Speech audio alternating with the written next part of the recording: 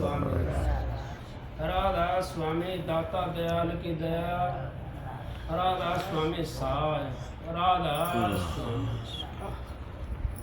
सबके आगे हाथ जोड़ के विनती है, जितनी देर सत्संग हो वाणी हो उतनी देर आप शांति पे सुनते रहें। महाराज जी परम संत हजूर ताराचंद जी कहते हैं और तुलसी साहब भी कहते हैं, बड़े भाग मानुष तन पावा, सुर दुर्लभ सब ग्रंथ न गावे। अगर बड़े भागों से ये मनुष्य का चोला मिला है और इस चोले के लिए सुर दुर्लभ सब ग्रंथ न गावा। अब सारा ग्रंथ इसकी बात को कहते हैं कि मनुष्य का चोला बड़ा उत्तम है, लेकिन उन्होंने कह दिया ग्रंथों ने और संतों ने, और वो लिख करके रख दिया, लेकिन हमारे को समझाने वाला कोई मिलता है ना तो हम समझते नहीं हैं। क्यों?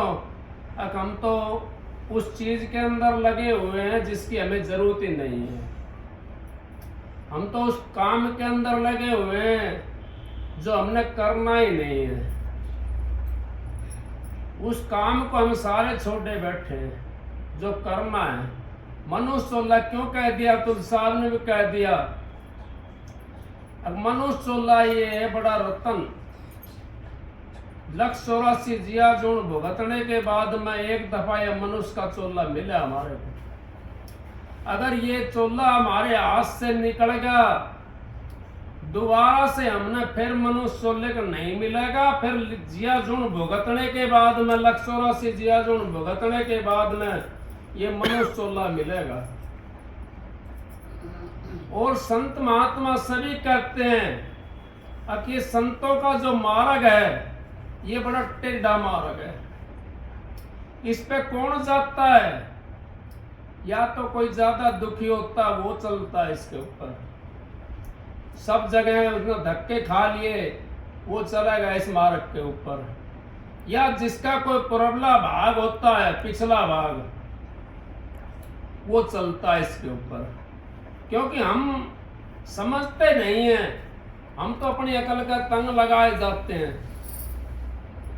अगर हमारे सामने ये बात आ जाए हमारे को मनुष्य चोला क्यों मिला है, किस वास्ते मिला है, इस मनुष्य चोला का क्या काम करना है, इससे हमने इतनी बात समझनी है, बाकी काम तो फिर बन जाएगा। लेकिन हमारे सामने तो आई नहीं ये बातें। क्यों नहीं आई? अब कोई तो गान में रहेगा, कोई खान में रहेगा, कोई सोन में रहेगा, कोई काम धंधे के अंदर मस्त है। उसने फुर्सत ही नहीं है, ना अपना देख रहा, ना अपनी आत्मा का देख रहा, ना उस परमात्मा का देख रहा है। वो तो अपने काम धंधे कर अंदर मस्त रहता है। इस करके संत महात्माओं ने जो किताबें लिखी हैं, जो ग्रंथ लिखे हैं, वो संतों ने लिखे हैं। संतों ग्रंथों से संत नहीं बने हैं, संतों से ग्रंथ बने हैं। संतों ने ग्रंथ लिखे हैं, जंगल में बैठ करके तपस्या करके उन्होंने जंगल के अंदर बैठे, जैसी उनका भाव था। हम तो घर में रहते हैं, तुलसी साहब ने कह दिया घर में रहो, कमा के खाओ, पर त्रिया पर धन से ने ना लगाओ। फिर क्या कहते हैं तुलसी साहब? परत्रिया को माता समझो, पर धन धूल समान। अगर इतने में हरि नहीं मिला तो तुलसीदास जमानक में जमानती हूँ, अगर इतने में परमात्मा का आपको दर्शन नहीं हो तो। क्योंकि हमारा यही तो नेचर है। हम तो अपनी मान बढ़ाई के लिए बहुत श्रृंगार करते हैं, अपनी मान बढ़ाई शोहरत को दिखाने के लिए इतने अटंबर करते हैं कि जिसकी कोई हद ही नहीं है। वो हमारे साथ नहीं जाएंगे। साथ तो अपना किया भुगत रे जिया, सतगुरु पूरा ढूंढना ना किया। अपना करोड़ जीवन भुगतना पड़ेगा। क्यों भुगतना पड़ेगा? भाई शब्द गा रहा है, अखोनी को शीश नवाऊं जी नहीं, होनी को क्यों ना मांगे शीश, क्या जरूरत है हमने होनी, करता करे ना कर सके, गुरु करे सो हो। करता जो करता है वो नहीं कर सकता, और जो गुरु करता है वो होता है। क्यों होता है? अगर हम गुरु का सहारा पे अगर बैठ गए तो होनी हमारे को शीश नवाओगे, हम थोड़ी नवाओगे उसको शीश। हम गुरु के सहारे पे हैं, तो अगर गुरु के सहारे पे नहीं है हम, तो फिर हमने होनी को शीश नवाना पड़ेगा। भाई तू है माई, तू इस 3 लोग का वो कर रही है उद्धार, क्योंकि तेरे बिना काम भी नहीं चलता, होनी के बिना काम भी नहीं चलता। लेकिन संतों के दरबार में कहिए, संतों के दरबार के अंदर ये तो चीज सारी अपना झाड़ू काटती है। संतों के दरबार में तो ये झाड़ू काटती है। क्यों काटती हैं? अब संतों ने इनके ऊपर काबू कर लिया। हमारा तो मन्नू कहता है फलाना सामान खाना है, हमारा मन्नू कहता है भी सोना है, हमारा मन्नू कहता है अच्छे कपड़े पहनने हैं, हमारा मन्नू कहता है अगर भाई मैं तो गाड़ी घोड़ों के अंदर जाऊंगा, मैं तो रेल हवाई जहाज में जाऊंगा। इनसे उद्धार नहीं होगा। उद्धार किस चीज से होगा? अब मन को मोड़ने से। जिसने मन को बदल लिया, नहीं कही कबीर साहब ने, बदल जा मन हो जाएगा बेड़ा पार। इस मन को बदलना है। ये मन के काबू में जो आता है उसके ऊपर फिर होनी भी काम करती है, और भाई सारी चीज काम करना शुरू कर देते हैं। लक्ष्मी माई भी काम करना शुरू कर देती है, किसी को देना किसी को नहीं देना। लेकिन अगर हम मन के काबू से नहीं आएंगे, मन के काबू के अंदर सतगुरु के काबू में रहेंगे, सतगुरु के भाना में चलेंगे, सतगुरु की बात को समझ करके अपने ऊपर घटाएंगे, तो मन हमारा कुछ नहीं बिगाड़ सकता। मन तो समंदर के अंदर पड़ा हुआ उस हवाई जहाज के ऊपर, मन को तो हम लेकर के जाते हैं, फिर हमारे को मन अपना आप काबू कर लेता है।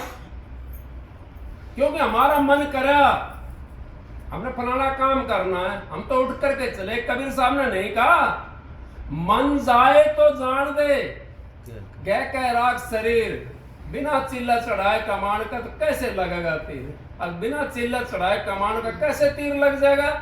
तीर अलग पड़ा है, कमान अलग पड़ा है, कैसे चल जाएगा? अपना आप उठ कर चला जाएगा वो अपना आप उठ कर नहीं जा सकता।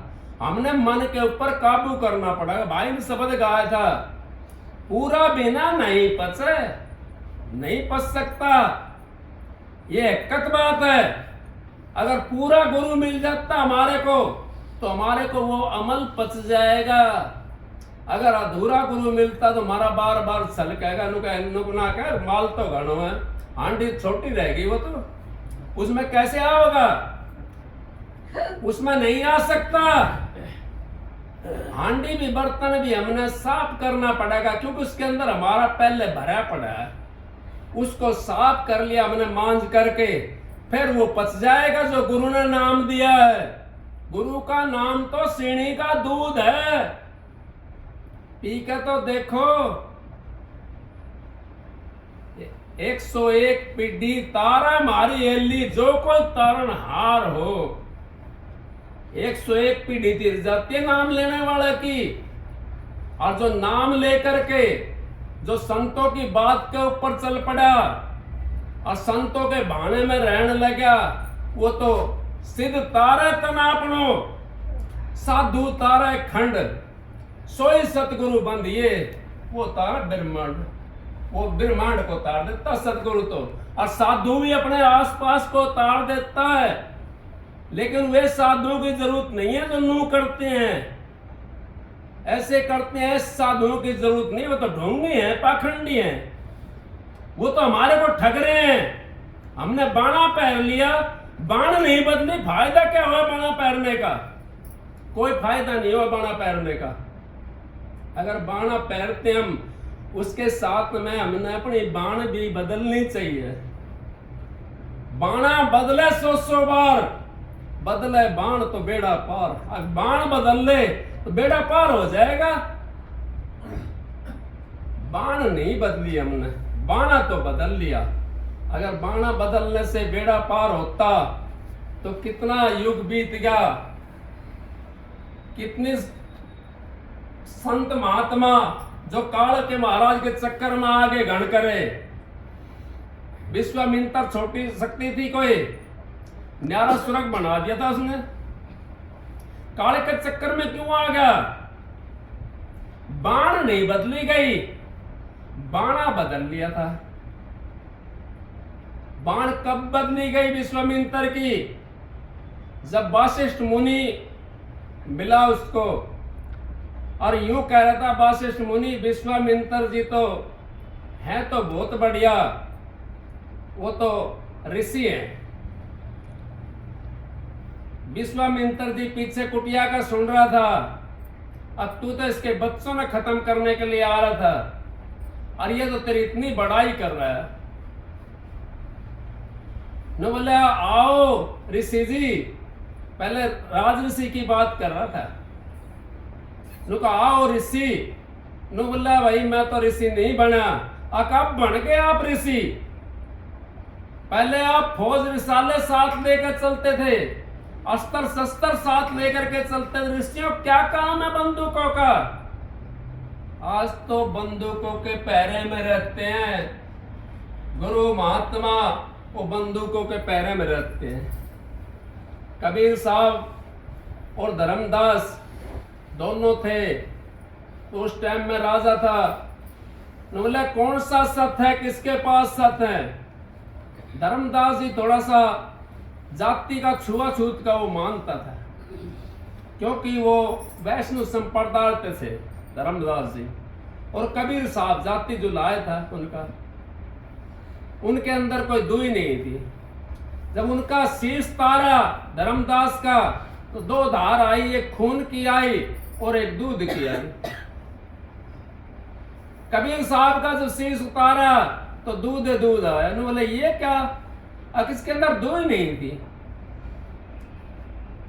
इसके अंदर दुई नहीं थी, इस करके दूध आया उसके पास में। हम जाति घमंड में भी खो जाते हैं कई दफा। जात नहीं जगदीश के संतों के भी ना, जो फंसा जात में वो 184 माँ। और संतों की हमने उसको नहीं समझा, सैन को। संतों की अगर हम सैन समझ लें, हमारा इसी जन्म के अंदर बेड़ा पार हो जाएगा, भजन करने की भी जरूरत नहीं है। संतों की सैन तो समझना है। शब्द गा लिए हमने और उसका रस नहीं लिया, उसको समझा नहीं, तो ऐसे है जैसे संतों ने महात्माओं ने किताबों में लिख करके रख दिया, समझा नहीं उसको हमने।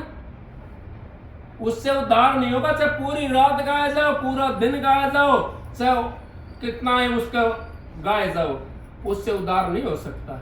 उद्धार तो तभी होगा जब उसका रस लेंगे हम और उस वाणी को समझेंगे। ये वाणी है तो है कहाँ की, इसमें हमारी चेतावनी में क्या बात है, इसके अंदर हमारे फायदे की क्या बात है। तो हमारा उस वाणी को समझने से ही उद्धार हो जाएगा। क्योंकि आगे हम जो कर्म कर रहे हैं वो कर्म हम करेंगे नहीं, और वाणी के ऊपर हमने एक वाणी को पकड़ लिया, हमारा उसी से उद्धार हो जाएगा। कर्म हमारे छूट जाते। ज्ञान का घाम का चमका चमका लगता है। ज्ञान भी ऐसे ही है और घाम भी ऐसे ही है, दोनों एक ही बात है। ज्ञान और घाम का चमका चमका लगा है। उस चमके को जो समझ गया उसका उद्धार होगा। पूरा बिना नहीं पचे अमल निज नाम का। ये अमल जिसका चढ़ गया, शराबी का तो शराब पीना शुरू कर दिया।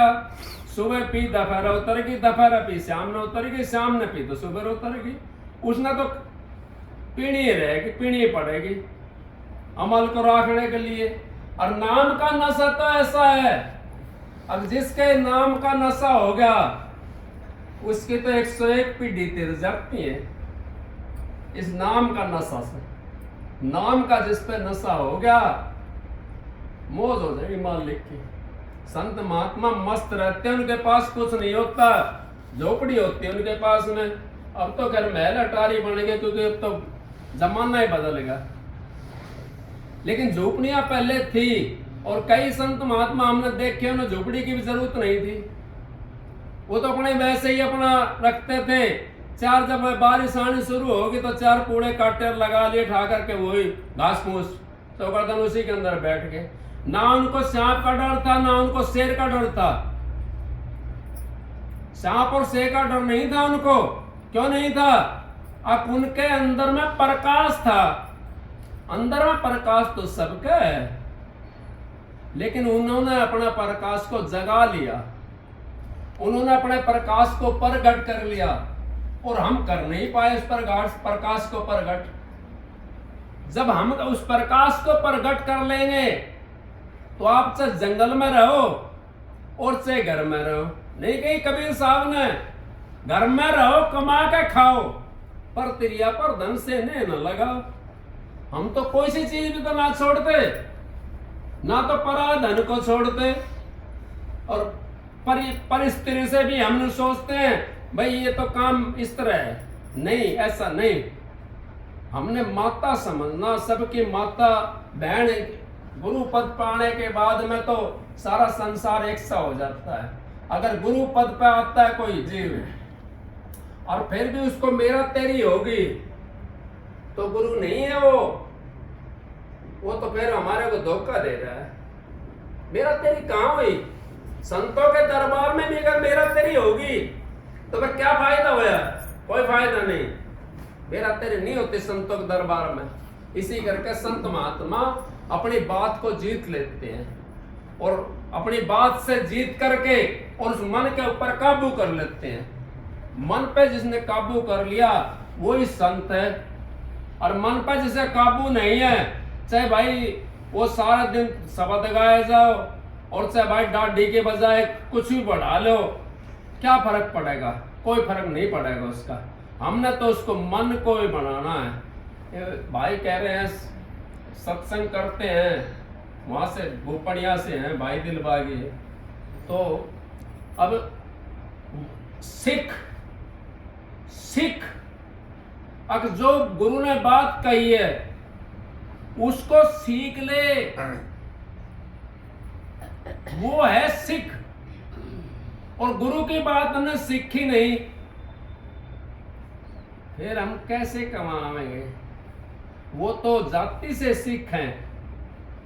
जाति का वहां परमात्मा के दरबार में जाति का भेदभाव तो पहले बता दिया वहां है ही नहीं, क्योंकि उनका तो परमात्मा का जाति नहीं है तो उनके भी कैसे जाति होगी? ये जाति तो हमने यहाँ बना दी। कल परसों की बात थी, वहां सत्संग में गए थे, वो भाई कहने लगा, मैं बोला वो भाई इस तीनों ने सृष्टि की रचना करी है, तीनों ने, ब्रह्मा विष्णु और महेश, इन तीनों ने सृष्टि की रचना करी है और काला महाराज से इन्होंने वो ऑर्डर लिया। काला महाराज ने भी फिर उस सत्पुरुष से ऑर्डर लिया, शब्द से ऑर्डर लिया है, तब उसने वो रचना करी है। वो भूल के बैठ गया। अब वो कहाँ बास उसका? त्रिकुटी के अंदर है काला महाराज का बास। त्रिकुटी में काला महाराज का बास तो है, लेकिन उसमें सतगुरु का बास भी तो है। सतगुरु भी तो वहां बैठे है। भाई शब्द गाया कर रहे हो, मस्तक लाग रही हमारे गुरु चरणन की धूल। कितना का मस्तक पर लग रही है गुरु चरण की धूल? कहां लगती है मस्तक के ऊपर गुरु चरण की धूल?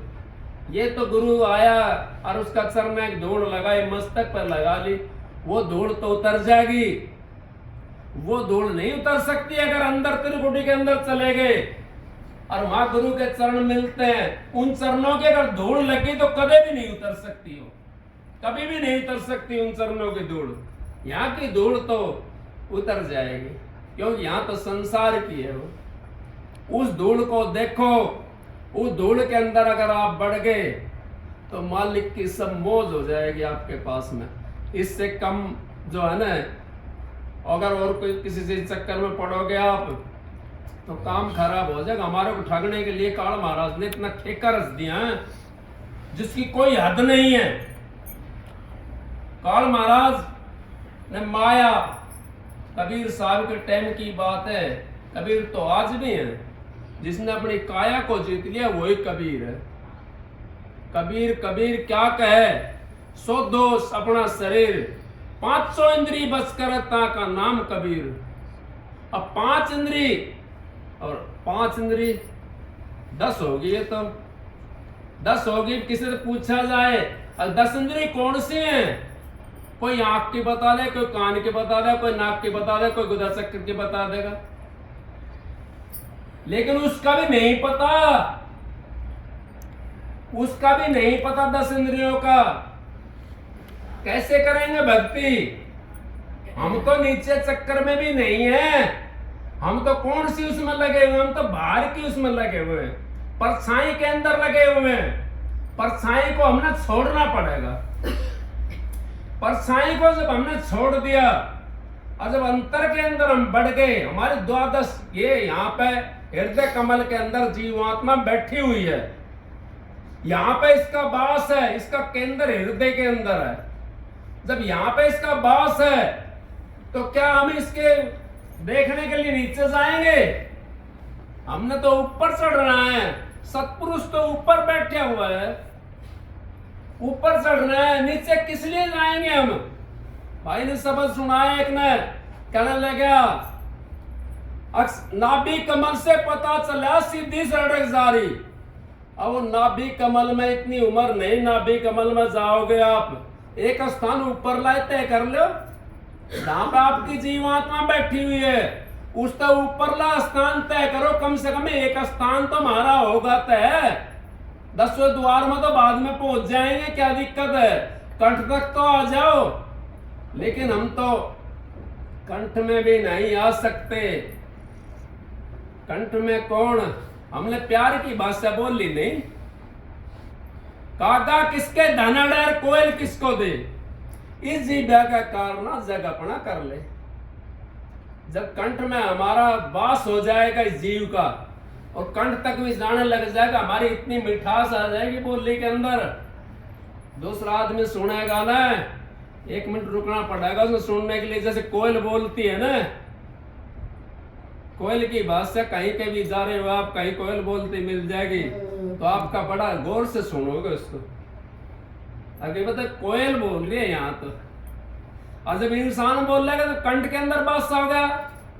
लक्ष्मी पंडित ने खुला कर दिया, आरी भवानी बास कर मेरे घटके पर्दे खोल, रसना पर बासा करो मैं शुद्ध शब्द मुख बोल। यही तो रसना पर बास है उसका, पहुंच जाओ यहां से उठा करके अपनी रसना पहुंचो, देखो तो सही। पर वो बात है, सांस की लड़ाई हो जाए, अगर इतनी बात किसी ने कह दे तो मारन की न बात जगह। सांस कहूं तो मारिया तुरकानी का जोर, बात कहूं अगर लोग की तो कह के पकड़े चोर। अगर भाई राज ऐसा हो रहा है, अब किसी कुछ बात कह दी तो भाई उल्टा हो जाए। लेकिन हमारी असली बात जो है ना, अपनी असली चाल को भूल के, हम संत महात्मा भी होकर के भूल गए असली चाल, क्योंकि हमने पूर्ण नहीं मिला। अगर पूर्ण मिल जाए हमारे को, पूर्ण गुरु मिलिया, पूरी पाई जुगत, हंसदी खेलती बिच पे पाई मुकत, हंसते खेलते अपने अंदर में मुकत मिल गई। पूर्ण गुरु मिल जाता तो, जब पूर्ण गुरु नहीं मिला तो अपने अंतर में मुकत नहीं मिल सकती हमारे, क्योंकि हमारे को फिर वो ताल तलिया के अंदर मन मस्त है। भाई से समझ ये कहा था ना अभी थोड़ी देर पहले, मन मस्त हो था पर क्यों डोल रहा, हीरा पायो गांठ घटीलो, पूरा हो गया तो फिर क्यों तोल रहा? जब पूरा हो गया आप तो क्यों तोलते उसको? उसको तोलो मत ना। फिर नु कहिए कबीर साहब ने, हल्की थी तो तड़ी चढ़ी राजू और पूरी हुई तो क्यों तोल रहे? हल्की थी जब तराजू चढ़ गई और जब पूरा गुरु मिल गया हमारे को, फिर भी हम उसको देखते हैं, सोचते हैं कि हमारा पूरा है कि नहीं है। एक बार भी एक बख्शेप आ जाता अपने गुरु के प्रति, वो उस अंदर में नहीं बढ़ सकता है। और ऐसे ही स्त्रियों के लिए अगर अपने पति के ऊपर एक बार बख्शेप आ जाएगा उसको, तो वो पतिवर धर्म खंडन हो जाता है। और एक बात और बता दूं आप लोगों को, आप जाते हो सत्संग के अंदर, अपने पति का सिवा किसी का हाथ, पैरों का हाथ ना लगाया करो। भाई समझ के लगाओगे तो तुम्हारा धर्म घटेगा, मां समझ के लगाओगे तुम्हारा धर्म घटेगा, पति समझ कर लगाओगे तो भी तुम्हारा धर्म घटेगा, और गुरु समझ कर लगाती है तो भी तुम्हारा धर्म घटेगा। क्यों घटेगा? अब गुरु तो बाप होता है, बाप के चरणों का हाथ लगाओगे हम। बाप का दर्जा होता गुरु का। एक भाई कहने लगा, मैं तो